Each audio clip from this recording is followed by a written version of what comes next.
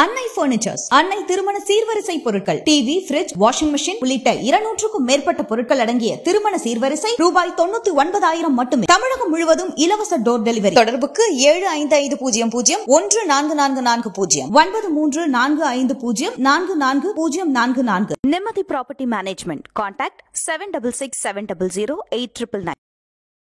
ஊழல் கட்சிகளுக்கு எதிராக நாங்க ஒரு மாற்றா இருப்போம் அப்படின்ற மாதிரி. ஸோ இப்போ அதிமுகவோட ஃபர்ஸ்ட் எலெக்ஷன்லயே அவங்க கை கோர்க்குறாங்கன்னா அந்த இமேஜ் உடஞ்சு போயிடும். அதுக்கப்புறம் டிவிகேவும் இன்னொரு திராவிட கட்சி தான் அப்படின்ற மாதிரி ஆயிரும். அதுக்கப்புறம் மக்கள் உங்களை மாற்றா பார்க்க மாட்டாங்க. திமுகவை ஆட்சியிலிருந்து அகற்றுவதுதான் விஜய்க்கு நோக்கமா இருக்கணும் அப்படின்னா நிச்சயமா விஜயால தனிச்சு 2026 அதை பண்ண முடியாதுன்னு நான் நினைக்கிறேன். நீங்க நினைக்கிறீங்க? கண்டிப்பா. விஜய் அவர்கள் நான் டிஎம்கேக்கு எதிரான அரசியல் பண்றேன்னு சொன்னாலும் அவரு களத்துக்கு வர்றது டிஎம்கேக்கு சாதகமாக தான் அமையும்.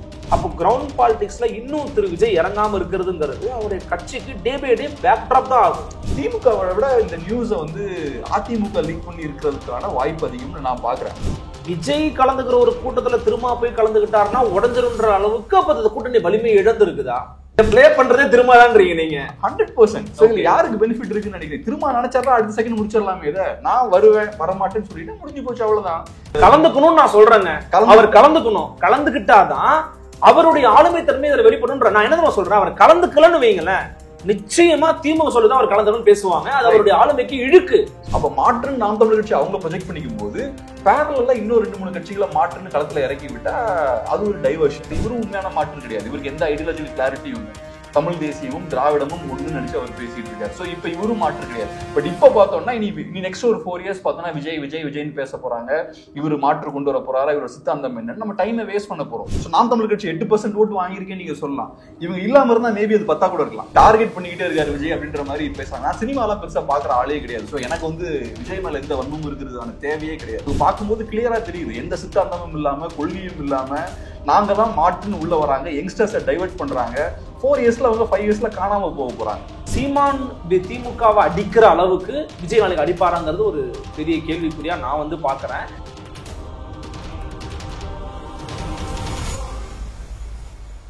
MRL Realty's Nature's Enclave Coastal Heaven theme based resort villa plots ECR மாதம் 10,000 வரை assured rental income lifetime free stay at resort 30க்கும் மேற்பட்ட வசதிகளுடன் call 9962888888.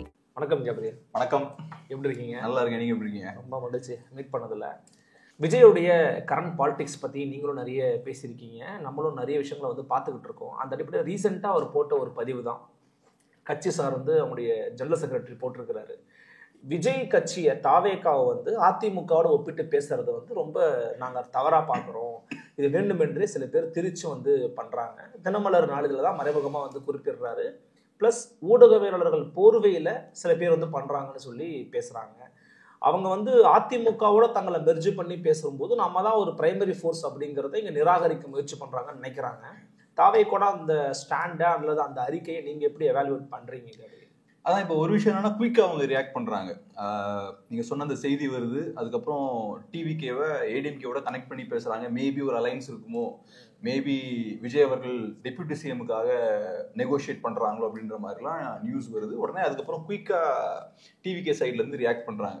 அதுக்கான முக்கியமான காரணம் என்னன்னா, இந்த நியூஸ் டிவிகேவுக்கு டேமேஜ் ஏற்படுத்த வாய்ப்பு இருக்குது. எந்த வகையில் நினைக்கிறீங்க டேமேஜ்னு நினைக்கிறீங்க? ஏன்னா இப்போ டிவிகேவை பொறுத்தளவில் அவங்க தங்களை எப்படி ப்ரொஜெக்ட் பண்ணிக்கிறாங்கன்னா, நாங்கள் மாற்று அரசியலுக்கான ஒரு கட்சி அப்படின்ற மாதிரி அவங்க ப்ரொஜெக்ட் பண்ணிக்கிறாங்க. ஊழல் கட்சிகளுக்கு எதிராக நாங்கள் ஒரு மாற்றா இருப்போம் அப்படின்ற மாதிரி. ஸோ இப்போ அதிமுகவோட ஃபர்ஸ்ட் எலெக்ஷன்லேயே அவங்க கை கோர்க்குறாங்கன்னா அந்த இமேஜ் உடஞ்சு போயிடும். அதுக்கப்புறம் டிவிகேவும் இன்னொரு திராவிட கட்சி தான் அப்படின்ற மாதிரி ஆயிரும். அதுக்கப்புறம் மக்கள் உங்களை மாற்றா பார்க்க மாட்டாங்க. ஸோ அந்த மாதிரியான ஒரு சூழல் ஏற்படும் போது குறிப்பா யங்ஸ்டர்ஸ் மத்தியில அப்புறம் மாற்று அரசியல் வேணும்னு எப்பவுமே ஒரு குரூப் இருப்பாங்க. ஸோ அவங்க மத்தியில உங்களுக்கு பெரிய செல்வாக்கு இருக்காது. ஸோ அந்த இமேஜை மெயின்டைன் பண்ணும், மாற்று அரசியலுக்கான சக்தி நாங்கள் அப்படின்ற இமேஜை மெயின்டைன் பண்ணும் அப்படின்ற ஒரு முயற்சியில் அவங்க ஈடுபடுறாங்க. ரெண்டாவது, விஜயோட ரசிகர்கள்லாம் மோஸ்ட்லி அவருக்கு ஓட் போட போறாங்க. ஸோ அவங்கள பொறுத்தளவுல விஜய் பத்தின பெரிய ஒரு இமேஜ் அவங்க வச்சிருப்பாங்க. விஜய் தான் சிஎம், விஜய் தான் முதலமைச்சர், அவங்க மைண்ட் செட்லேயே இருக்கு. ஸோ நம்ம தலைவர் சிஎம் ஆகணும் அப்படின்ற மைண்ட் செட்ல இருப்பாங்க. அது பாசிபிளியான்றதான் எலெக்ஷனுக்கு அப்புறம் தான். அவங்கள பொறுத்தளவுல விஜய் அவர்கள் தான் தமிழ்நாட்டிலேயே மிகப்பெரிய மனிதர் அப்படின்ற ஒரு பார்வை இருக்கு. அப்படி இருக்கும்போது இபிஎஸ் அவர்களுக்கு ஒரு செகண்ட் ஃபீல்டா, ஒரு ஜூனியர் பார்ட்னரா விஜய் சேர போறாரோ அப்படின்ற ஒரு செய்தி தொண்டர்களுக்கும் பிடிக்காது, ரசிகர்களுக்கும் பிடிக்காது. ஸோ அதனால குயிக்கா அவங்க அந்த ரியாக்ஷனை கொடுத்துருக்காங்கன்னு நினைக்கிறீங்க. ஆமா. ஆனா எனக்கு என்ன ஒரு சந்தேகம் இருக்குன்னா, ஃபார் எக்ஸாம்பிள் நம்ம வச்சுப்போம், திமுகவை ஆட்சியிலிருந்து அகற்றுவதுதான் விஜய்க்கு வந்து நோக்கமா இருக்கணும் அப்படின்னா நிச்சயமா விஜயால தனிச்சு 2026 அதை பண்ண முடியாதுன்னு நான் நினைக்கிறேன். நீங்க நினைக்கிறீங்க? கண்டிப்பா நிச்சயமா பண்ண முடியாது. அப்ப இந்த யதார்த்தம் விஜய்க்கு கண்டிப்பா தெரிஞ்சிருக்க வாய்ப்புகள் நிறையவே இருக்குது. அப்ப வாய்ப்புகள் நிறைய இருக்கும்போது நாளைக்கு நீங்க ஒரு வேலை நீங்க வந்து அதிமுகவோட சேர போறீங்களா இல்லையாங்கிறது ரெண்டாவது விஷயம். இன்னைக்கு திமுகவை வீழ்த்தணும், திமுகவை ஆட்சியிலிருந்து அகற்றணும் அப்படின்னா உங்களுக்கு நிச்சயமா எதிர்கட்சியில அதிமுகவோட இணைஞ்சுதான் அதை பண்ண வேண்டிய ஒரு கட்டாயமோ அல்லது அதுக்கான ஒரு சூழல் இன்னைக்கு சூழல் அப்படி இருக்குது. அப்படி இருக்கும்போது திமுகவை வீழ்த்துவதுதான் விஜய் நோக்கமாக இருக்கும் பட்சத்துல அதிமுகவோட பேச்சுவார்த்தை நடத்துறாரு அல்லது அதிமுகவோட போறாரு அப்படிங்கிற பேச்சுவார்த்தையை ஏன் வந்து அவர் இந்த இவ்வளவு சீக்கிரமா வந்து இக்னோர் பண்ணணும்? அப்ப யாருக்கான ஆளா செயல்படுவார்ன்ற ஒரு பேச்சு வரும்ல. ஃபார் எக்ஸாம்பிள் எப்பயுமே நீங்க பாருங்க, தனிச்சு ஒருத்தர் நின்னாங்கன்னா, நான் எல்லாருமே வந்து தப்பா சொல்லல, தனிச்சு ஒருத்தர் நிக்கிறாருன்னா இவருடைய அணியா இருக்க வாய்ப்பு இருக்குன்ற ஒரு பேச்சு எப்பயும் வைப்பாங்கல்ல. அப்ப 2026 விஜய் தனிச்சுதான் போட்டி இட போறாரு அப்படின்னா அவரே திமுகவோட பி டீம்னு வைக்கக்கூடிய விமர்சனத்துக்கு உள்ளாக மாட்டாரு. கண்டிப்பா. இப்ப நானே அந்த விமர்சனத்தை நிறைய இடத்துல வச்சிருக்கேன். ஸோ இப்போ நீங்க சொன்னது போல விஜய் அவர்கள் சொல்லக்கூடிய விஷயம் என்னன்னா, நான் திமுகவுக்கு எதிரான ஒரு அரசியலை பண்றேன் அப்படின்ற மாதிரி தான் தன்னை ப்ரொஜெக்ட் பண்ணிக்கிறாரு. பட் விஜய் அவர்கள் செய்யக்கூடிய அரசியல் இருக்குல்ல, அது யாருக்கு ப்ராஃபிட்டபிளா அமையும் நினைக்கிறீங்க? விஜய் அவர்கள் ஆன்டி டிஎம்கே ஓட்ஸை ஸ்பிளிட் பண்ண போறாரு. ஏற்கனவே நிறைய கட்சிகள் இருக்கு ஆன்டி டிஎம்கே பாலிடிக்ஸ் அப்ளை பண்றதுக்கு. ஸோ இவர் வந்து ஸ்பிளிட் பண்ண போறாரு. ஸோ விஜய் அவர்கள் நான் டிஎம்கேக்கு எதிரான அரசியல் பண்றேன்னு சொன்னாலும் அவரு களத்துக்கு வர்றது டிஎம்கேக்கு சாதகமா தான் அமையும். பட் இருந்தாலும் விஜய் அவர்களுக்கு ஏடிஎம்கேவோட போய் சேர்றதுன்றது கஷ்டமான காரியம். ஏன்னா நீங்க சொன்னது போல திமுகவை வீழ்த்ததெல்லாம் சரிதான், பட் அதுக்காக ஏடிஎம்கே கூட அலையன்ஸ் வச்சா அது விஜய் அவர்களுக்கு பின்னடைவாகவும் அமையும். ஸோ இப்போ டிவிக்கே முக்கியமா, நம்ம முக்கியமா, இல்லைன்னா திமுக வீழ்த்துறது முக்கியமானு பார்த்தா விஜய் என்ன பண்ணுவாரு? நம்ம தான் முக்கியம், நம்ம கட்சி தான் முக்கியம். ஸோ அதனால நம்மளோட கிரவுண்டை முதல் ஸ்ட்ராங் ஆகிக்கலாம் அப்படின்ற மாதிரி தான் அவங்க யோசிப்பாங்க. ஸோ அதனால நீங்க சொன்னது கரெக்ட் தான். இப்போ விஜய் அவர்களோட அரசியல் வரைக்கும் டெஃபினட்டா திமுகவுக்கு பெரிய ஒரு வரப்பிரசாதம். இன்னொரு விஷயம் நான் அதில் பார்க்கும்போது, இப்போ இவங்க இந்த மாதிரிலாம் பேசுறாங்க இல்லையா, நாங்கள் வந்து இவங்களோட சேரலை, இது மாதிரி பேசலை அப்படிங்கிறது, இது என்ன ஆகுதுன்னா ஒரு கட்டத்தில் வந்து அதிமுகவை ரொம்ப இவங்க அண்டர் எஸ்டிமேட் பண்றாங்க. அதிமுக வந்து கதவுகளை திறந்து வைத்துக் கொண்டு விஜய் எப்போ வருவாரு, இவங்க எப்போ வருவாங்கன்னு காத்துக்கிட்டு இருக்கிறது போல ஒரு பிம்பத்தையும் வந்து உருவாக்குறாங்க. ஆனா இதை வந்து எந்த இடத்துலையுமே அதிமுக பெருசா ரியாக்ட் பண்ணலையே. அது ஏன் நினைக்கிறீங்க?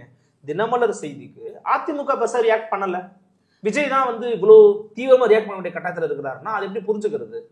அதான் இப்ப நான் எப்படி பாக்குறேன்னா ரூல், இப்ப அதிமுக டெஸ்பரேட்டா இருக்காங்கன்னு பாக்குறேன். ஒண்ணு, இந்த எலெக்ஷன்ல எல்லா கட்சிகளை விடவும் அதிமுகவுக்கு இழக்கிறதுக்கு நிறைய இருக்கு. கண்டிப்பா இந்த எலெக்ஷன்ல நம்ம ஸ்கோர் பண்ணியே ஆகணும் அப்படின்ற ஒரு கட்டாயம் இபிஎஸ்க்கும் இருக்கு, அதிமுகவுக்கும் இருக்கு. அந்த வகையில ஒரு ஸ்ட்ராங்கான அலைன்ஸ் ஃபார்ம் பண்ணும் அப்படின்ற தேவையும் அதிமுகவுக்கு அதிகமா இருக்கு.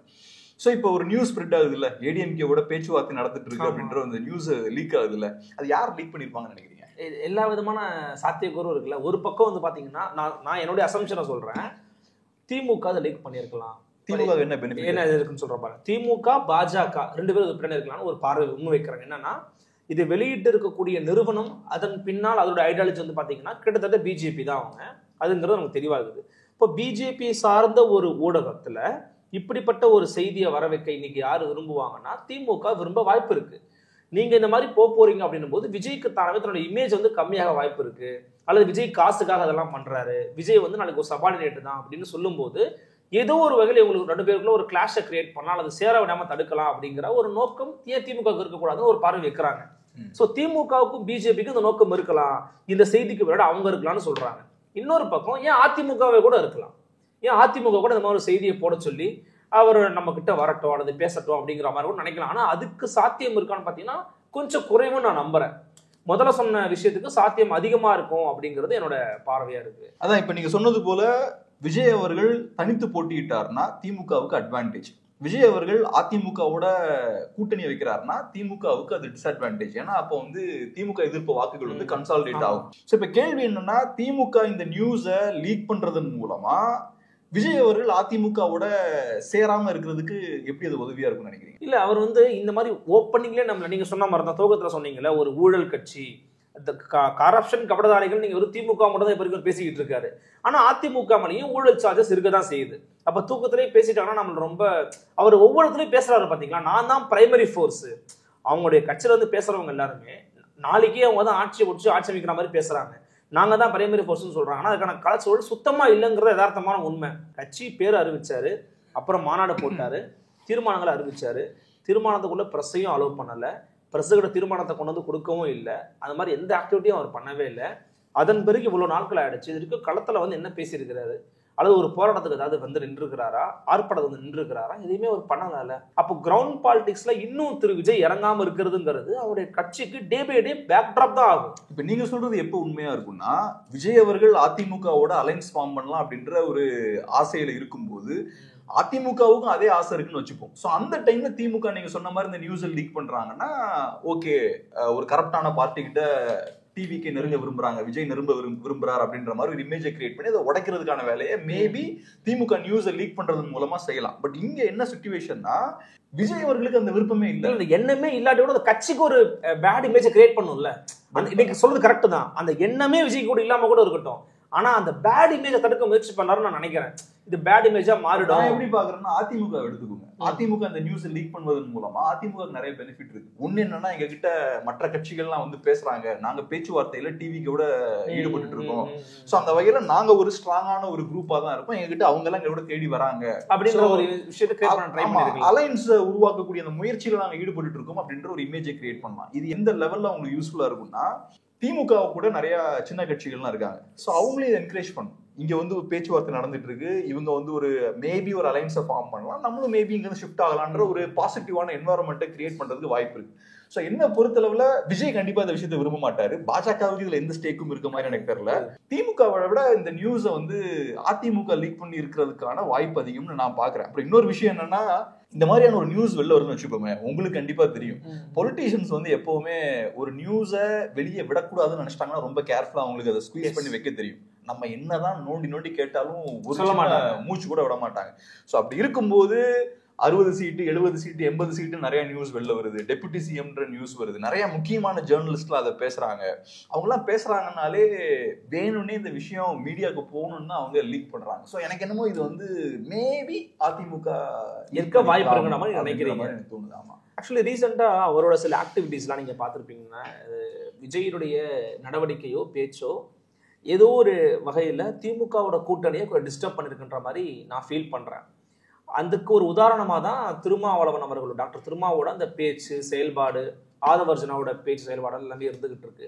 இப்போ டிசம்பர் மாதம் 6ஆம் தேதி விகடன் குழுமம் ஒருங்கிணைக்கக்கூடிய வாய்ஸ் ஆஃப் காமன் சேர்ந்து வெளியிடக்கூடிய அந்த அனைவருக்கும் எல்லாருக்குமான அம்பேத்கர் நூல் வெளியீட்டு விழாவில் கலந்துக்க மாட்டாருங்கிற மாதிரி ஒரு செய்தி வந்து உலாவிக்கிட்டு இருக்கு. விஜய் வருவதால் கலந்துக்க மாட்டாருங்கிற மாதிரி தான் அவருடைய பார்வை இருக்குது. விஜய் வந்து ஒரு நடிகர், அவர் இப்போ கட்சி ஆரம்பிச்சிருக்கிறாரு. அன்னைக்கு அந்த பொதுக்கூட்டத்தில் அந்த மாநாட்டில் பேசும்போது திமுகவையும் சீண்டி விட்டு கடந்து போறாரு, அவ்வளவுதான். திமுகவை நூக்கன் கார்னர் அவர் உட்காந்து செஞ்சுட்டாருன்ற மாதிரி நான் பார்க்கல. திமுகவை அரசியல் எதிரியான சொல்றாரு, பிஜேபி ஐடியாலஜிக்கு அடிமையா சொல்றாரு, that's fine. Target DMK fix பண்ணாரு, அவ்வளவுதான்.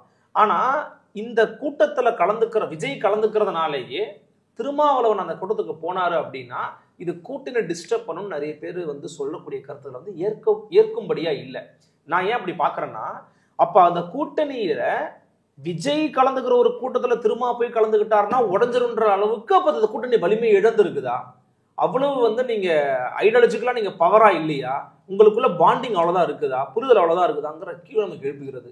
ஆனா என்ன ஒரு கெடுவாய்ப்புன்னா, டாக்டர் திருமாவளவன் அந்த கூற்றுகளுக்கு இணங்குவாரா அல்லது மறுதளிச்சுட்டு அடங்க மறுத்து அத்துமீறி வருவாரா அப்படிங்கிறத நம்ம கேள்வியா இருக்கு. ஏன் அப்படின்னா, அந்த கூட்டத்துல திருமா கலந்துக்கிட்டோங்க, திருமா கலந்து அண்ணலை பத்தி பேசட்டும், அம்பேத்கரை பத்தி பேசட்டும், அம்பேத்கர் பத்தி அங்க பாடமே எடுக்கட்டும், விஜய்க்கே கூட பாடம் எடுக்கட்டும், தம்பி அம்பேத்கர் யார் தெரியுமா தம்பின்னு பாடம் எடுக்கட்டும், அங்க பாடம் எடுத்துட்டு அடுத்த நாள் வந்து போய் ஸ்டாலின் சந்திக்கட்டும். என்ன பிரச்சனை உங்களுக்கு இருக்குது?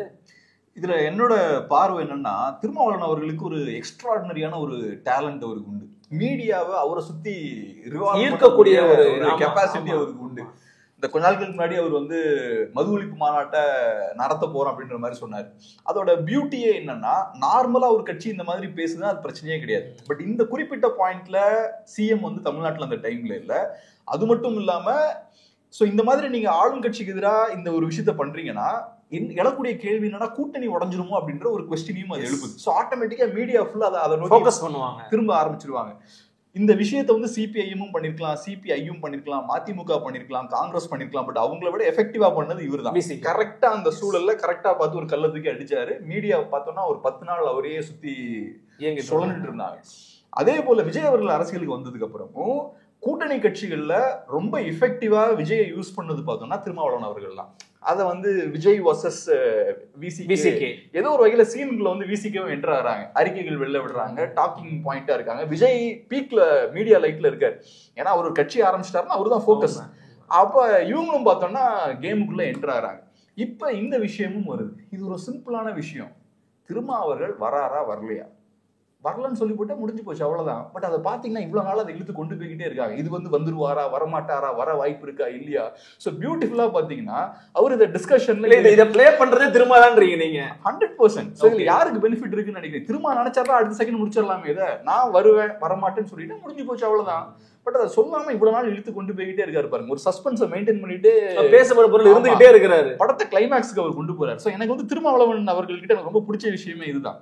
அந்த கட்சியோட ஓட் பர்சன்டேஜ் எவ்வளவு இருக்கும், 1.52% இருக்கும். ஸோ டெக்னிக்கலா பார்த்தோம்னா அது சின்ன ஒரு கட்சி தான். பட் அந்த கட்சி கிரியேட் பண்ணக்கூடிய நாய்ஸ் பாருங்க, பெரிய நாய்ஸ். ஏன்னா பொலிட்டிக்கலி வந்து ரொம்ப சென்சிபிளான ஆள் வந்து டாக்டர் திருமான்றதை எல்லாருமே சொல்லியிருக்கிறாங்க. அவருடைய ஆற்றலோ அவருடைய ஆளுமைக்கோ இன்னைக்கு தமிழ் நாட்டில் இருக்கக்கூடிய அரசியல்வாதிகள் ரொம்ப ஒரு மூத்தவரா, வைகோக்கு அப்புறம் பாத்தீங்கன்னா அவர் தான் வந்து இருக்கிறாரு. அதாவது ஸ்டாலின் திமுகலாம் பிறகு நான் சொல்றேன். அப்போ அந்த இடத்துல இருக்கிறவரு நீங்க சொன்னதை நானுமே அக்செப்ட் பண்றேன். அவர் வந்து அதில் சென்சிபிளா ஒரு மூவ் எடுக்கிறாரு. ஆனா ஒருவேளை இவருக்கு இதுல கலந்துக்கலன்னு வச்சுப்போம், நம்ம கலந்துக்கல அப்படின்னா அதுக்கு யார் காரணமாகும் நான் பாக்குறேன்னா திமுக தான் காரணமா இருக்கும். ஏன்னா நீங்க விஜய் கலந்துக்கும் போது நீங்களும் கலந்துக்கிறீங்க, அது கூட்டணிக்குள்ள தேவையில்லாம குழப்பத்தை ஏற்படுத்தணும் அவங்க நினைக்கிறாங்க அல்லது பேசுறாங்கன்னு இன்னைக்கு சில பேர் சொல்றாங்க. சிஎம் சொல்லிட்டாரு, திமுக சொல்லிச்சுன்னு நான் சொல்லல. சில பேர் அந்த மாதிரியான ஒரு கோரிக்கை வருதுன்னு சொல்றாங்கல்ல, அந்த கோரிக்கையே அபத்தமானது, அநியாயமானது, அர்த்தமற்றது. கரெக்ட். அதுல வந்து ஒரு முதிர்ச்சி தன்மையே இல்ல. நீங்க அண்ணாமலை கலந்துக்கிறோம் நீங்க போங்க, திருமாவளவன் நீங்க சொல்லணும். யார் கலந்துக்கிட்டா நீங்க போங்க, மோடியே வரட்டும் நீங்க போங்க. இது எப்படி இருக்குன்னா, நீங்க ராஜ்நாத் சிங் ஐயாவை வச்சு கலைஞர் கருணாநிதி அவர்களுக்கு ஆணை வெளியிடுவீங்க, யாரும் எதுவும் கேட்கக்கூடாது. நீங்க ஆளுநர் வழங்கக்கூடிய தேநீர் விருந்துல போய் பங்கெடுப்பீங்க, கூட்டணி கட்சிகள் நிராகரிப்பாங்க, யாரும் எதுவும் கேட்கக்கூடாது. நீங்க மனோ தங்கராஜ் அப்படிங்கிற RSS-ஐயும் பிஜேபியையும் அண்ணாமலையும் RN ரவியும் தொடர்ந்து அட்டாக் பண்ணி எழுதி பேசிக்கிட்டு இருந்த ஒரு நபரை வித்தவுட் எனி ரீசன் அமைச்சரை வந்து நீங்க தூக்குறீங்க, யாருமே எதுவும் கேட்கக்கூடாது. RN ரவி எதிர்த்து பேசினா மரியாதைக்குரிய பேசுற பொன்முடி அவர்களை வனத்துறைக்கு மாத்துவீங்க, யாரும் எதுவும் கேட்கக்கூடாது. அப்போ நீங்க பண்ணிக்கிட்டு இருந்த எல்லா விஷயங்களையும் யாரும் எதுவுமே கேட்கல. ஆனா ஒரு சின்னதா ஒரு கூட்டத்துல போய் கலந்துகிட்டாரு. அதுவும் ஒரு பொது தலைவரா இருக்கிற அண்ணல் அம்பேத்கர் அவர்கள் பற்றிய நூல் வெளியிட்டு விடாது. அதுல போய் ஒரு கலந்துக்கிறது உங்களுக்கு என்னங்க பிரச்சனை வரப்போகுது? இதுல வந்து நீங்க வந்து எது நியாயம் எது கரெக்ட் எது தப்பு அப்படின்ற ஆங்கிள் இருந்து பேசுறீங்க. திருமாவளவன் அவர்கள் அந்த கலந்துக்கணும்னு நான் சொல்றேங்க. அவர் கலந்துக்கணும், கலந்துக்கிட்டாதான் அவருடைய ஆளுமை தன்மை அதுல வெளிப்படுன்ற. நான் என்ன சொல்றேன், அவர் கலந்துக்கலன்னு வைங்களேன், நிச்சயமா திமுக சொல்லிதான் அவர் கலந்துக்கணும் பேசுவாங்க. அது அவருடைய ஆளுமைக்கு இழுக்கு. சோ இப்ப திருமாவளவன் அவர்கள் கலந்துக்கிறதுல எந்த தப்பும் கிடையாது. இன்ஃபேக்ட் திமுக அதை என்கரேஜ் பண்ணணும் அப்படின்னு சொல்ற பாயிண்ட். பட் இப்ப நம்ம இதை எந்த ஆங்கிள் இருந்து பார்க்கணும்னா, திருமாவளவன் அவர்கள் இந்த முடிவை எதை பேஸ் பண்ணி எடுப்பார் அப்படின்றதுதான் முக்கியமான ஒரு கேள்வி. நான் சொல்றேன், இப்ப திருமாவளவன் அவர்களை பொறுத்த அளவுல அவருக்கு திமுகவோட டிராவல் பண்ணும் அப்படின்றதுதான் அவரோட விருப்பம். ஆமா, நான் என்னோட ஸ்ட்ராங்கான ஒப்பீனியன் என்னன்னா, திமுகவை தவிர அவங்களுக்கு வேற ஆப்ஷன் கிடையாது. கம்யூனிஸ்டுகளுக்கும் சரி, காங்கிரஸுக்கும் சரி, பிசிக்கும் சரி, அவங்களுக்கு திமுகவை தாண்டி வேற ஆப்ஷன் கிடையாது. சோ இப்ப பண்ணக்கூடிய இந்த விஷயங்கள் எல்லாமே திமுக மேல எக்ஸ்ட்ரா கொஞ்சம் பிரஷர் போடுறதுக்கு உதவுமே தவிர நீங்க திமுக விட்டு வெளிலலாம் வர முடியாது. சோ அப்படி இருக்கும்போது திருமாவளவன் அவர்கள் என்ன டிசிஷன் எடுப்பாருன்னா, திமுகவுக்கு சங்கடம் ஏற்படக்கூடிய விஷயத்த அவர் பண்ண மாட்டார். ஸோ இஃப் இன்கேஸ் அந்த மீட்டிங்ல போய் பேசினா திமுகவுக்கு அது ஒரு சங்கடம் ஏற்படுத்தும் அப்படின்ற ஒரு சூழல் இருந்தா கண்டிப்பா திருமாவளவன் அவர்கள் பண்ண மாட்டார். அதை நீங்க சொல்ற மாதிரி கரெக்டா தப்பான்றது செகண்டரி. ஏன்னா திருமாவளவன் அவர்கள் பொலிட்டிஷியன். இவ்வளவு நேரம் அவர் பண்ணது ஃபுல்லா பொலிட்டிக்ஸ் தான், மீடியாவை அட்டென்ஷனை கிராப் பண்ணதெல்லாம் பொலிட்டிக்ஸ் தான். ஸோ எந்த பேசிஸ்ல அவர் இவ்வளவு நேரமா அவர் செயல்பட்டாரோ அதே பேசிஸ்ல தான் இந்த முடிவு எடுப்பார். ஸோ இஃப் இன்கேஸ் அவர் விஜயோட ஒரே மேடையில சேர்ந்து நிக்கிறது திமுகவுக்கு ஒரு இரிட்டேஷனா அமையும் அப்படின்னு அவருக்கு தோணுச்சுன்னா டெஃபினட்டா அதை பண்ண மாட்டேன். பட் இரிட்டேஷனா அமையிறது சரியா? அதான் சொல்றேன்ல, சரியா தப்பான்றதே விஷயம் கிடையாதுங்க. பொலிட்டிக்ஸ்ல இது பொலிட்டிக்ஸ்ல எது நமக்கு நல்லது, எது நம்ம கட்சிக்கு நல்லது அப்படின்ற ஆங்கிள் இருந்து தான் பார்ப்பாங்க. நியாயம் அநியாயம்ல இருந்து பார்க்க மாட்டாங்கல்ல. பிராக்டிகல் பொலிட்டிஷியன்ஸ் நீங்க யோசிச்சு பாருங்க. அப்படி பார்த்தா நம்ம சொசைட்டி இப்படியா இருக்கும். வாய்ப்பு இல்லை. அதே மாதிரி விஜயோட வருகை வந்து நிறைய பேரோட ஓட்ஸை வந்து பிரிக்கும். இப்போ வந்து திமுகவில் ஒரு கொஞ்சம் போகும், அதிமுகவில் கொஞ்சம் போகும், சீமான் கிட்ட இருந்து கொஞ்சம் போகும், பிஜேபி கிட்ட இருந்து கொஞ்சம் போகும், விசிகால இருந்து கூட போகும்லாம் அந்த மாதிரி பொதுவான பேச்சு இருந்துகிட்டே இருக்கு. பட் இது எல்லாமே அசம்ஷன் தான். நோபடி இஸ் ஹேவிங் ஃபார்முலா, யாருக்கும் எதுவும் டேட்டாலாம் கிடையாது. பட் பொதுவாக அந்த பேச்சை இது ஒரு நெரேட்டிவ் செட் பண்ணுறாங்கன்னு எடுத்துக்கலாமா? ஃபார் எக்ஸாம்பிள், சீமான் இருந்து கண்டிப்பாக ஓட்டு போயிருங்க, பாதி ஆயிருங்க, முக்காயிருவாருங்க, எல்லாமே போயிடும். அப்புறம் விசிகாலேருந்து போவோம், பட்டியல் சமூக மக்களோட வாக்கெல்லாம் அங்கே போயிருது. இது ஒரு நெரேட்டிவ் செட் மாதிரி தோணலையாங்க? ஆனால் இப்போ நான் எப்படி பார்க்குறேன்னா, சீமான் அவர்களோட நாம் தமிழர் கட்சிக்கு ஒரு டேமேஜ் இருக்கு. இப்போ நாம் தமிழர் கட்சியோட கிளைம் என்ன? நாங்க ஒரு மாற்று அரசியலை முன்வைக்கிறோம். அதுல ஒரே ஒரு இடத்துல ஒரு பாயிண்ட் மட்டும் சொல்லிடுறேன். இவர் ஒருத்தர் மாற்றுன்னு சொல்றாரு, நான் மாற்று சக்தியா தான் வரேன். ரெண்டு பாலிடிக்ஸ் இருக்கு. ஒன்னு வந்து டிஸ்ட்ரக்ஷன் பாலிடிக்ஸ், அதாவது ஒட்டுமொத்தமா சதைச்சிட்டு இது வந்து நான் இது எல்லாத்தையுமே அழிச்சிட்டு நான் வேற ஒண்ணு கட்ட போறேன், வேற புது பில்டிங் கட்ட போறேன்னு சொல்றது. இன்னொன்னு ரீகன்ஸ்ட்ரக்டிவ் பாலிடிக்ஸ், ஏற்கனவே இருக்குது சரியில்லை, கொஞ்சம் அங்கங்க ஓட்டம் இருக்குது, கொஞ்சம் சரியில்லாம இருக்கு, நான் கொஞ்சம் வேற சரிப்படுத்தி இங்கே நான் வாழ்ந்துக்கிறேன்னு சொல்றது. ஸோ சீமான் ஃபர்ஸ்ட் இந்த பாலிடிக்ஸ்குள்ள தான் வராரு. விஜய் இந்த பாலிடிக்ஸ்குள்ள வரல. விஜய் ரீகன்ஸ்ட்ரக்டிவ் பாலிடிக்ஸ் தான் வராரு. இருக்கிறதுல கொஞ்சம் நான் சரிப்படுத்தி நான் மேல வந்துக்கிறேன். அதனாலதான் அவர் வந்து இந்த தமிழ் தேசியம் திராவிடம் ஒண்ணுன்னு சொல்ற கூறுக்குள்ள ஏன் நகர்றாருன்னா, அவர் மொத்தமா மாத்தணும்னு விரும்பல. விஜய்க்கு அந்த எண்ணமும் கிடையாது, அந்த தைரியம் இருக்கா இல்லையாங்கிறது ரெண்டாவது பார்த்துப்போம். விஜய்க்கு அந்த எண்ணம் கிடையாது. ஸோ விஜய் எடுக்கிற பாலிடிக்ஸும் சீமானோட பாலிடிக்ஸும் ஒண்ணு கிடையாது. மாற்றுன்னு ஏன் சீமான் சொல்றது சாத்தியப்படுது அல்லது வந்து பேசப்பட பொருளா மாறுது நான் நினைக்கிறேன் அப்படின்னா, டோட்டலா இந்தியன் பாலிடிக்ஸை நீங்க எடுத்துக்கோங்களேன். ஒன்னு காங்கிரஸ் இருக்கும், இன்னொன்னு தலித் பாலிடிக்ஸ் இருக்கு, இன்னொன்னு கம்யூனிஸ்டுகள் இருக்காங்க, இந்துத்துவம் இருக்கு. இந்த மாதிரியான மேஜரான பொலிட்டிக்கல் ஐடியாலஜி தான் அதிகமா இருக்குது. இந்தியன் லேண்ட்ல தமிழ்நாட்டுக்குள்ள இதே பாலிடிக்ஸ் வச்சு தான் இங்கே அரசியல் பண்ணிக்கிட்டு இருக்காங்க. அஞ்சாவது திராவிடியன் பாலிடிக்ஸ். ஸோ ஒன்று காங்கிரஸ், கம்யூனிசம், இந்துத்துவா, தலித்து, திராவிடியன் அப்படின்னு 5 இருக்குது. இந்த 5க்குள்ளதான் எல்லா கட்சியுமே உள்ள வந்துருவாங்க.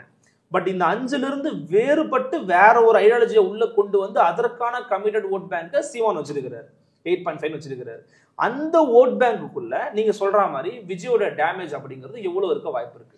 பிகாஸ் டிஃபரன்ஷியேட் பண்ணி ஒரு ஓட் பேங்க் கிரியேட் பண்ணும்போது அது எப்படி எக்ஸிஸ்டிங்கா இருக்கிற ஒருத்தர் வந்து புதுசா வர்றவங்க டேமேஜ் பண்ணுவாருன்னு நினைக்கிறீங்க? சிம்பிள். இப்ப எப்படின்னா, இப்ப திராவிட கட்சிகள் கம்ப்ளீட்டா பொலிட்டிக்கல் ஸ்பேஸை தமிழ்நாட்டில் டாமினேட் பண்ணிட்டு இருக்காங்க. இப்ப திராவிட கட்சிகளை பொறுத்த அளவுல தமிழ் தேசியம் அப்படின்ற ஒரு சித்தாந்தத்தை அவங்க ஒரு த்ரெட்டா பார்ப்பாங்க. அதுக்கான காரணம் என்னன்னா, நீங்க சொன்னது போல அது ஒரு நிஜமான மாற்று. சித்தாந்த ரீதியா அவங்க வேற ஒரு ஐடியாலஜியை முன்வைக்கிறாங்க. இதுக்கு ஒரு வரலாற்று அடித்தளம் இருக்கு, கலாச்சார அடித்தளம் இருக்கு. ஸோ எல்லாம் கரெக்டா ஒரு பொலிட்டிக்ஸ்க்கு என்னெல்லாம் தேவையோ அந்த பேஸ்லாம் அதுக்கு இருக்கு. இப்ப விஜய்க்கு அதெல்லாம் கிடையாது, சும்மா மேம்போக்கா அவர் பேசுறாரு. பட் அந்த அரசியலுக்கு பெரிய ஃபவுண்டேஷன்லாம் கிடையாது. இல்ல, விஜய்க்கு வந்து ஐடியாலஜி தேவை கிடையாது. விஜய்க்கு ஐடியாலஜியும் தேவையில்லை. இன்னொன்னு விஜயும் அதை விரும்பலன்னு நான் சொல்றேன். அதுக்கு நான் வரேன். சோ இப்ப என்னன்னா, நாம் தமிழர் கட்சி ஒரு ப்ராப்பரான ஒரு ஆல்டர்னேட்டிவா இருக்கிறதுக்கான வாய்ப்பு இருக்கு. சோ இப்ப அது திராவிட கட்சிகளுக்கும் தெரியும். அப்ப திராவிட கட்சிகள் எப்படி கவுண்டர் பண்ணா நாம் தமிழர் கட்சியை? ஒரு ஆப்ஷன் என்னன்னா, இவங்க மாற்றுன்னு தங்களை ப்ரொஜெக்ட் பண்ணிக்கிறாங்க.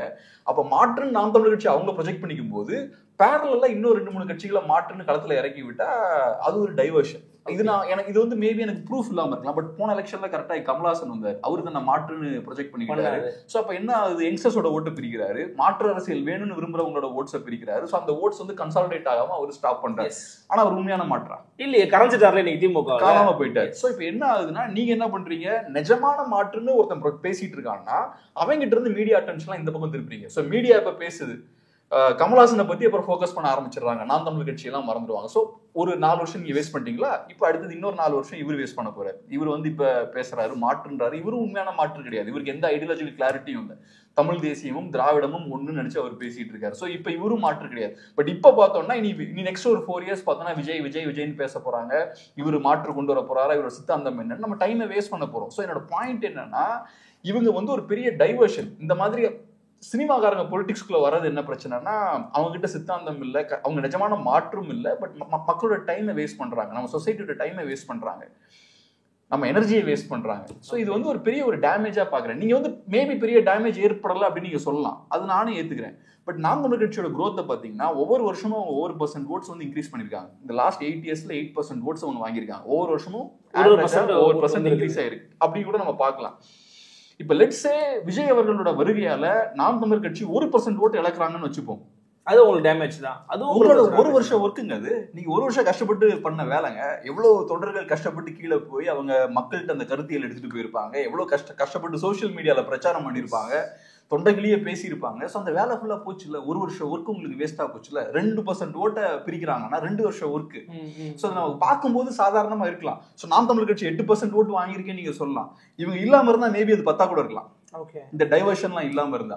ஸோ அதனாலதான் நடிகர்கள் இந்த மாதிரி பொலிட்டிக்ஸ்குள்ள வர்றது ரொம்ப நெகட்டிவான ஒரு விஷயமா நான் பாக்குறேன். இது வந்து தமிழ் மக்களை வந்து டைவர்ட் பண்ணக்கூடிய ஒரு விஷயமா அமையுது. அதனால நம்ம அப்போஸ் பண்றோம். என்கிட்ட இந்த விஷயத்தை நம்ம பேசும்போது கமெண்ட்ஸ்ல நிறைய பேர் வந்து இவனுக்கு ஏதோ விஜய் மேல வந்து ஒரு பெரிய வன்மம் இருக்கு, உங்களுக்கு டார்கெட் பண்ணிக்கிட்டே இருக்காரு விஜய் அப்படின்ற மாதிரி பேசுறாங்க. நான் சினிமாலாம் பெருசா பாக்குற ஆளே கிடையாது. ஸோ எனக்கு வந்து விஜய் மேல எந்த வன்மமும் இருக்கிறதுக்கான தேவையே கிடையாது.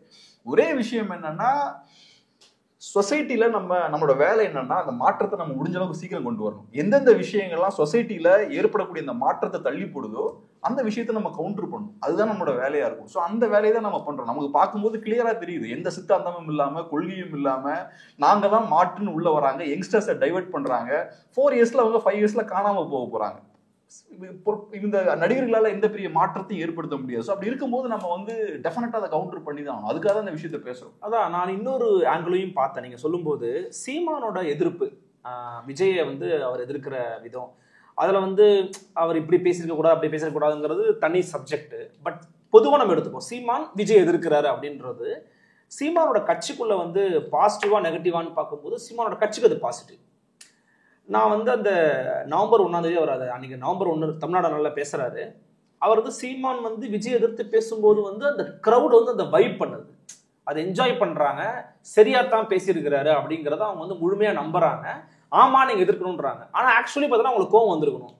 என்னன்னு கோவம் வந்திருக்கணும், நீங்க தான் வந்து விஜயை வரவேற்று பேசுனீங்க, விஜய் தம்பின்னு சொன்னீங்க, விஜய்க்கு வாழ்த்துக்கள் சொன்னீங்க, ஆனா இன்னைக்கு நீங்க எதிர்க்கிறீங்களே அப்படின்னும் போது அப்வியஸா அவங்களுக்கு கோவம் வரணும். ஏன்னா அவங்க வந்து இவ்வளவு நாளா அவரை பாக்குறாங்க, அவர் இவ்வளவு பேசியிருக்கிறாரு அப்படின்னு சொல்லும்போது எதிர்க்கிறாரு அப்படின்னு பார்க்கும்போது அப்ப அவங்க ஆதரிக்கிறாங்க அப்படின்னா தன் கட்சியினுடைய தொண்டர்களை நிலைநிறுத்த வேண்டிய ஒரு கட்டாயமும் ஒரு தேவையும் சீமானவர்களுக்கு இருக்கு. அதே போல கூடுதலா இன்னொரு விஷயமும் இருக்கு. தான் இவ்வளவு நாளா வந்து தமிழ் தேசியம் அப்படிங்கிறது வந்து மாற்று சித்தாந்தம்னு சொல்லி நிலைநிறுத்தி வச்சிருக்கிற ஒரு கமிட்டட் ஓட் பேங்க ரெண்டுமே ஒண்ணுதான் அப்படின்னு ஒரு சாதாரணமா ஒருத்தர் பேரை போக சொல்லிட்டு போறாரு அப்படின்னும் போது அது சரியா தப்பாங்கிறது வேற வாதாங்க. அதுக்குள்ள நம்ம போவேன்னா அது ஐடியாலஜிக்கல் டிஸ்கஷன். அது பட் அது ஒரு ஆள் பண்ணும்போது, ஒரு ஸ்டார் பண்ணும்போது தன்னோட ஓட் பேங்க்ல தேவையில்லாம அவர் வந்து டிஸ்டர்ப் பண்றாரு அப்படின்னு சீமான் எதிர்க்கிறதுங்கிறது சரியான அணுகுமுறை தான் நான் பாக்குறேன். என்ன அப்படின்னா இப்ப அவர் கூட்டணிக்கு வராதனால அப்படி ரியாக்ட் பண்றாரு, அவர் வந்து அவரை எதிர்த்து சில இடங்களை பேசிட்டாரு அப்படிங்கிறதுக்காக ரியாக்ட் பண்ணும்போது இவ்வளவு ரியாக்ட் பண்ண வேண்டிய அவசியமே கிடையாது. ஏன்னா அவர் வந்து டெய்லி நிறைய பேர் திட்டுறாங்க, டெய்லி நிறைய பேர் வந்து ட்ரோல் பண்றாங்க, டெய்லி 1000 பேர் அவரை வச்சு வீடியோ போடுறாங்க. இப்போ அது வந்து முக்கியமா இருக்க அவ்வளவு சீரியஸ்னஸ் கொடுத்துருப்பாராங்கிறது தெரியல. பட் தன்னோட ஓட் பேங்க் வந்து டிஸ்டர்ப் பண்ற மாதிரியான ஒரு ஸ்பீச்சை வந்து விஜய் கொடுக்கும்போது அதை எதிர்க்க வேண்டிய இடத்துலதான் சீமான் இருக்கிறாரு. ஒருவேளை சீமான் அதை கடந்து போயிருந்தாரு அப்படின்னா இதை நிறைய பேர் வந்து எப்படி பாக்குறாங்கன்னு தெரியல. சீமான் அதை கடந்து போயிருந்தா அவருக்கு பிரச்சனை தான் வந்திருக்கும். கரெக்ட். இப்ப நீங்க சொல்ற விஷயம் நான் எப்படி புரிஞ்சுக்கிறேன்னா, தொடர்ச்சியா நிறைய பேர் சொல்ற விஷயம் என்னன்னா, விஜய் அவர்கள் திமுகவை அப்போஸ் பண்றாரு, நீங்களும் திமுக அப்போஸ் பண்றீங்க, அப்ப 2 பேரும் சேர்ந்தானே இருக்கணும், எதுக்கு 2 பேரும் சண்டை போட்டுட்டு இருக்கீங்க, இப்ப நீங்க 2 பேரும் திமுக விட்டுட்டு நீங்க 2 பேரும் சண்டை போட்டுருக்கீங்க, இது நெகட்டிவ் அப்படின்ற மாதிரி சொல்றாங்க. ஆக்சுவலா இங்க புரிஞ்சுக்க வேண்டிய விஷயம் என்னன்னா, சீமான் அவர்களோட அரசியல் வேற, விஜய் அவர்களோட அரசியல் வேற. விஜய் அவர்களோட டார்கெட் வந்து திமுக, நாம் தமிழர் கட்சியோட டார்கெட் திமுக கிடையாது, திராவிடம். இந்த சிஸ்டமை கம்ப்ளீட்டா மாத்தணும். அதாவது கட்சி தனிப்பட்ட கட்சிகளையோ தனி நபர்களையோ நீங்க எதிர்த்து நீங்க அரசியல் பண்ணீங்கன்னா கண்டிப்பா ஜெயிக்க முடியாது. திராவிடியன் இக்கோ சிஸ்டமை நீங்க மாத்தணும். சோ ரெண்டுக்கும் ரொம்ப பெரிய டிஃபரன்ஸ் இருக்கு. சோ இப்ப விஜய் வேணும்னா திமுகவை எதிர்க்கிறதுக்கு யார் கூட வேணாலும் கூட்டணி வைக்கலாம், ஏன்னா அவரோட டார்கெட் திமுக, அதை தாண்டி அவருக்கு வேற எதுவும் கிடையாது. பட் நாம் தமிழர் கட்சி தமிழ் தேசிய கட்சி, திமுகவை எதிர்க்கணும்னாலும் தமிழ் தேசிய சித்தாந்த அந்த பிளாட்ஃபார்ம்ல இருந்து பண்ண முடியும். சோ அந்த மாதிரி நீங்க பிடிச்ச மாதிரி அதிமுக கூட கூட்டணி வச்சு நீங்க திமுக எதிர்க்க முடியாது, விஜயோட கூட்டணி வச்சு நீங்க திமுக எதிர்க்க முடியாது. விஜய் ஒரு தமிழ் தேசிய கட்சியா இருந்தா அதை பண்ணலாம். பட் நீங்க திராவிடமும் தமிழ் தேசியமும் ஒண்ணுதான் சொல்லும் போது உங்க கூட உட்காந்து அந்த விஷயத்தையும் பண்ண முடியாது. சோ அதனால ஃபர்ஸ்ட் இந்த விஷயத்தை நம்ம கிளியரா புரிஞ்சுக்கணும். நாம் தமிழர் கட்சியோட எய்ம் வந்து திமுகவை வீழ்த்துறது இல்ல, அந்த திராவிட ஈகோ சிஸ்டமை எப்படி 60s நேஷனல் பார்ட்டிஸை வீழ்த்தி இங்க ரீஜனல் பார்ட்டிஸ் வந்ததோ அதே மாதிரி இங்க இருக்கக்கூடிய திராவிடியன் பார்ட்டிஸை வீழ்த்தி தமிழ் நேஷனலிஸ்ட் பார்ட்டி கேப்சர் பண்ணும். ஸோ அதை பண்ணதுக்கு அப்புறம் எப்படி இப்ப திராவிடியன் பார்ட்டிஸ் எல்லாம் ஃபுல்லா கண்ட்ரோல் இருக்காங்களோ அதே மாதிரி ஃபியூச்சர்ல தமிழ் நேஷனலிஸ்ட் பார்ட்டிஸ் தமிழ்நாட்டில் கண்ட்ரோல் இருக்கணும், தமிழ் மக்களோட ரெப்ரசன்டேட்டிவ்ஸ் அவங்க இருக்கணும், அதுதான் ஏம். ஸோ அந்த விஷயத்த பண்ணும்போது நேச்சுரலா இப்ப என்டிகே டிவிகேவை அட்டாக் பண்ணி தான் ஆகணும் இந்த இடத்துல இருந்து பார்க்கும்போது. கட்சியோட சர்வைவல் இல்லையா? ஆமா. ஸோ இப்போ அது வந்து திமுகவுக்கு பெனிஃபிஷியலாக அமையுமா அதெல்லாம் மேட்டர் கிடையாது. இப்போ என்டிகேவோட முக்கியமான வேலை என்னன்னா 8% ஓட்டு இப்போ கையில் இருக்கு, இதை எப்படி 10-12% ஆக்கணும் அப்படின்றது தான் முக்கியமான வேலை. இந்த எலெக்ஷன் என்டிகேக்கு ரொம்ப சேலஞ்சிங்காக இருக்கும். ஏன்னா நம்ம ஏற்கனவே பார்த்தது போல ஆன்டி டிஎம்கே ஓட்ஸ் அப்படின்ற ஒரு மார்க்கெட் இருக்குல்ல, அந்த மார்க்கெட்ல இப்ப காம்படிஷன் அதிகமா இருக்கு, நிறைய பிளேயர்ஸ் இருக்காங்க. ஸோ இந்த பிளேயர்ஸ் மத்தியில எல்லாரும் ஓட்ஸை ஸ்பிளிட் பண்ண போறாங்க. அதுல என்டிகேவும் முடிஞ்ச அளவுக்கு அவங்களோட ஓட்ஸை ஹோல்டு பண்ணி வைக்கணும். கொஞ்சம் அவங்க அடிஷ்னலா 1-2% ஓட்ஸை வாங்கினாங்கன்னா அது பெரிய அட்வான்டேஜ். பட் நெக்ஸ்ட் எலெக்ஷன்ல அவங்களுக்கு பெரிய ஒரு வாய்ப்பு இருக்கும், 31ல அவங்களுக்கு பெரிய வாய்ப்பு இருக்கும். ஏன்னா இந்த எலெக்ஷன்ல இஃப் இன்கேஸ் ஏடிஎம்கேனால ஜெயிக்க முடியலன்னு வச்சுப்போம், அப்போ ஆன்டி டிஎம்கே ஓட்ஸ்லாம் என்ன யோசிப்பாங்க, அவங்க ஆன்டி டிஎம்கே ஓட்டர்ஸ் என்ன யோசிப்பாங்க, ஏடிஎம்கேவை நம்பி பிரோஜனம் இல்லை அப்படின்ற இடத்துக்கு வருவாங்க. ஸோ அந்த ஓட்ஸ்லாம் ஸ்ப்ளிட் ஆகிறதுக்கு வாய்ப்பு இருக்கு ஃபியூச்சர்ல. ஸோ அதை நோக்கி தான் என்டிகே போகணும். இந்த எலெக்ஷன்ல அவங்க ஓட்ஸை கம்ப்ளீட்டா முடிஞ்ச அளவு ஹோல்ட் பண்ணிட்டாங்கன்னா நெக்ஸ்ட் எலெக்ஷன்ஸ்ல அவங்களுக்கு ஒரு குவாண்டம் ஜம்ப் இருக்கும், பட்டுன்னு ஹெவியா ஜம்ப் பண்றதுக்கான ஒரு ஸ்பேஸ் இருக்கும். எப்பவுமே பொலிட்டிக்ஸ்ல வந்து growth வந்து இப்படி ஸ்லோவா கரெக்டா ரெகுலரா போற மாதிரி இருக்கும், திடீர்னு ஒரு பாயிண்ட்ல பட்டுன்னு ஒரு ஜம்ப் ஏற்படும், அது ஒரு குவாண்டம் ஜம்புங்க.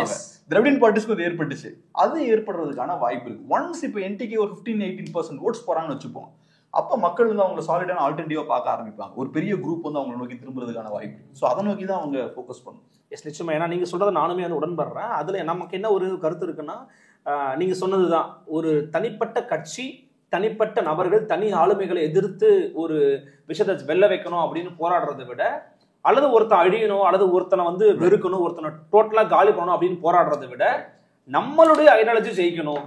இப்போ சீமான் இருக்கிறாருன்னா, நாம் தமிழர் கட்சி இருக்குன்னா தமிழ் தேசத்தை ஜெயிக்க வைப்போம், தமிழ் தேசத்தை நம்ம பேசப்படும் பொருளா மாத்துவோம் அப்படின்னு நகர்ந்தாங்க அப்படின்னா அந்த ரோட அந்த பாத்துல போனாங்கன்னா நிச்சயமா அது ஒரு மாற்று அப்படிங்கிற இடத்த அவங்க வந்து நிவர்த்தி பண்ணுவாங்க.